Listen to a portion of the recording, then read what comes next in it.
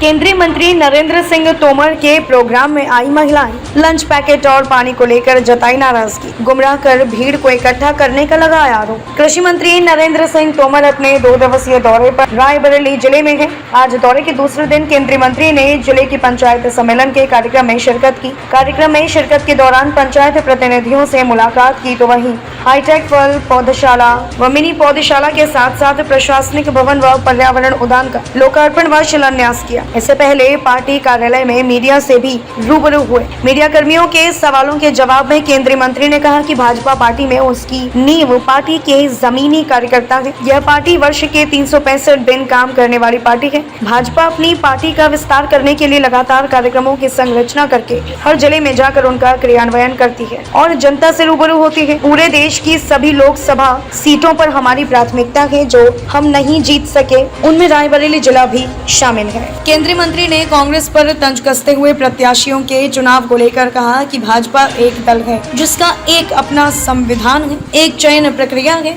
जिसके तहत प्रत्याशियों का चयन होता है। वहीं कांग्रेस की बात की जाए तो कांग्रेस प्राइवेट लिमिटेड कंपनी की तरह है जो सुबह प्रत्याशी घोषित करती है और शाम तक कमी मिलने पर उसे हटा देती है। लेकिन भाजपा में ऐसा नहीं होता, क्योंकि भाजपा में प्रत्याशियों के चयन की एक प्रक्रिया है जिससे गुजरने के बाद ही प्रत्याशियों की घोषणा की जाती है। केंद्रीय मंत्री यही नहीं रुके, उन्होंने आगे कहा कि भाजपा पार्टी के डबल इंजन की सरकार ने योगी और मोदी के नेतृत्व में यूपी के साथ साथ देश का विकास किया है। पिछली सरकारों ने देश का कोई भी विकास नहीं किया और देश की जनता के साथ छलावा किया।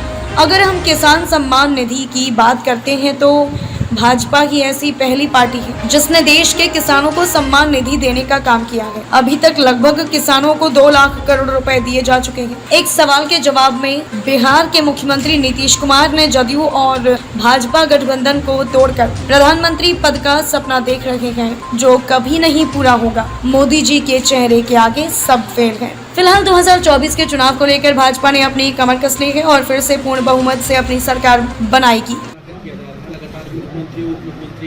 मंत्रियों का दौरा लगातार चल रहा है, तो क्या आगामी लोकसभा चुनाव को लेकर तैयारियां मानी जाए या कुछ और? भारतीय जनता पार्टी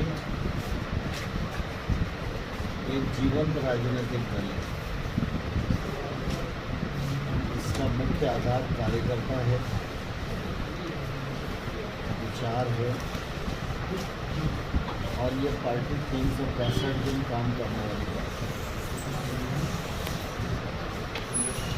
भारतीय जनता पार्टी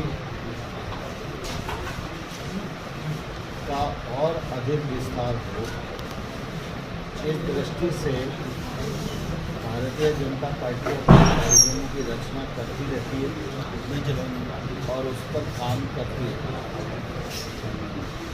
2024 का लोकसभा चुनाव सामने,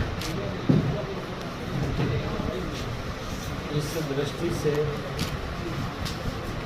144 ऐसे निर्वाचन क्षेत्रों को भारतीय जनता पार्टी ने चिन्हित किया है जहां पिछली बार चुनाव नहीं हुआ। इन सब स्थानों पर कोई न कोई प्रमुख व्यक्ति जाए, वहाँ के कार्यकर्ताओं के साथ मिलकर पार्टी के कार्यक्रमों में, क्रियान्वयन में जो सहयोग हो सकता है वो उसे करना चाहिए, ऐसा मैंडेट पार्टी ने दिया। लोकसभा प्रवास योजना के अंतर्गत मेरा रायबरेली में आना हुआ है। उन सरकारों ने विकास के लिए कोई बहुत काम नहीं किया और बुनियादी विकास कैसे होगा इसका ज्ञान भी कांग्रेस के नेतृत्व को रहा है। इसके कारण देश को बड़ी कीमत भी चुकानी पड़ी है। भारतीय जनता पार्टी की केंद्र सरकार हो या राज्य सरकार हो, प्रधानमंत्री नरेंद्र मोदी जी और योगी जी दोनों मिलकर इस बात का प्रयत्न कर रहे हैं कि उत्तर प्रदेश के गरीब आदमी के जीवन स्तर में बदलाव आए, उत्तर प्रदेश की बहनों का सशक्तिकरण हो, उनको आजीविका प्राप्त हो, किसान को उसकी फसलों का वाजिब दाम मिले और उत्तर प्रदेश की कृषि उन्नत कृषि के रूप में तब्दील हो। और उत्तर प्रदेश देश के नवनिर्माण में बढ़ चढ़ के योगदान कर सके। हुआ था उसमें राहुल गांधी को रायबरेली से उतारने की बात चल रही थी, लोग चर्चा कर रहे थे, तो क्या पहले से कोई चेहरा तय करेगी भाजपा भी कि नहीं रायबरेली से ये चेहरा तय होगा? अरे भारतीय जनता पार्टी एक राजनीतिक दल है, उसका अपना संविधान है, उसकी अपनी प्रक्रिया है, उसकी अपनी राज्य इकाइयाँ हैं, जिला इकाइयाँ हैं, केंद्रीय चुनाव समिति है। भारतीय जनता पार्टी जब कोई कैंडिडेट तय करती है तो प्रक्रिया से होकर गुजरता है, और दूसरी पार्टियां प्राइवेट लिमिटेड कंपनी के रूप में काम कर रही हैं। सवेरे प्रत्याशी निकालो, खड़ा कर दो, शाम को नाराजगी हो गई तो उसको उठा के फिर झोले में बंद कर दो। ऐसा भाजपा में नहीं होता। फातिमा मेरा नाम है, पंचायत सहायक सरिया मुगला राहिब नाम। अच्छा, कहाँ आई थी? सर यहाँ रैली में आई थी। कौन सी रैली है ये? सर नरेंद्र तोमर सिंह जी की। क्या हैं ये? सर कृषि विभाग से। क्या बताया इन्होंने? सर सच बताओ, हम मुझे सुना ही नहीं चलेगा। अरे आप पंचायत सहायक हैं फिर भी ऐसा कह रहे हैं? सर अरे काम था, अर्जेंट था, घर में जाना था, इसलिए फिर आ गए। तो काफ़ी देर तो बैठी थी, कुछ भी नहीं सुना। क्या नाम है आपका? प्रीति कुमारी। कहाँ पे आई हैं आप? सर यहाँ पर सर जो मीटिंग थी, हम लोग भी समूह से हम लोग हैं। तो कौन आया था, क्या नाम है उनका? Sir Narendra Shri Narayan sir. क्या है, किस विभाग के मंत्री हैं? हम अब नहीं बता पाएंगे। क्या बोला उन्होंने? सर हम नहीं बता पाएंगे। क्यों नहीं बता पाएंगे? आप तो काफ़ी पढ़ी लिखी लग रही हैं, ऐसा क्यों? सर नहीं।